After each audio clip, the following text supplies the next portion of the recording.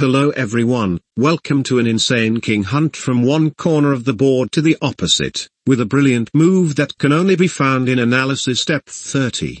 This puzzle is the expanded version of my Mate in 8 puzzle, improved from Mate in 15.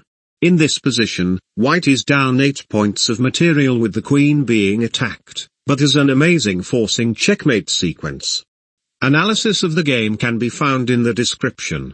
White start off with the brilliant queen sacrifice, queen takes c7 check, forcing king takes c7 where white can play a double check.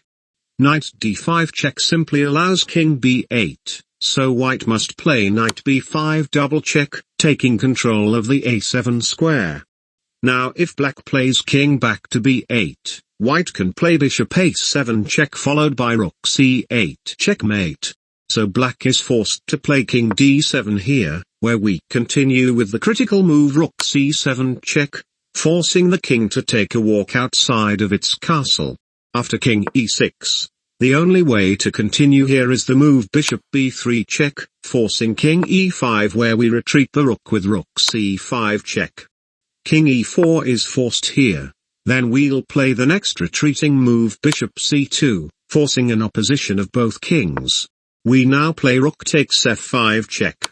Queen takes f5 is a blunder because white can play knight d4 check, forcing king g4 check from the queen, and bishop takes f5 checkmate. So instead, black must play king g4 here.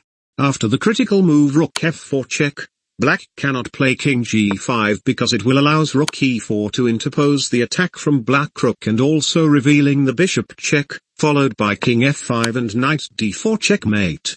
So instead, black plays king h3, and the critical move here for white is just to take the queen, which is defending black king. The threat now is bishop f5 check, followed by rook h4 check and rook h3 mate.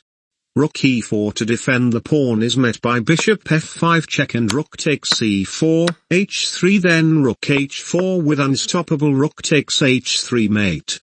Instead, the best defense for black is the move rook takes c6.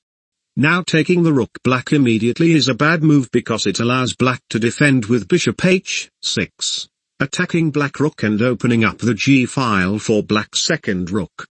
Bishop f5 check doesn't work because black can play rook g4, and rook takes g4 leads to a much slower mate. Instead, white in the 10th move must play bishop f5 check instead, and only takes the rook on the next move. Now we are threading rook takes h4 followed by rook h3 mate, which forces black to play king g3. But after the quiet move knight d4, black cannot stop knight e2 check king h2 rook f2 check king h1 and a checkmate on h1, completing the long hunt in the 15th move of the puzzle. If you want to see more please subscribe to us, and I'll see you in the next one. Goodbye.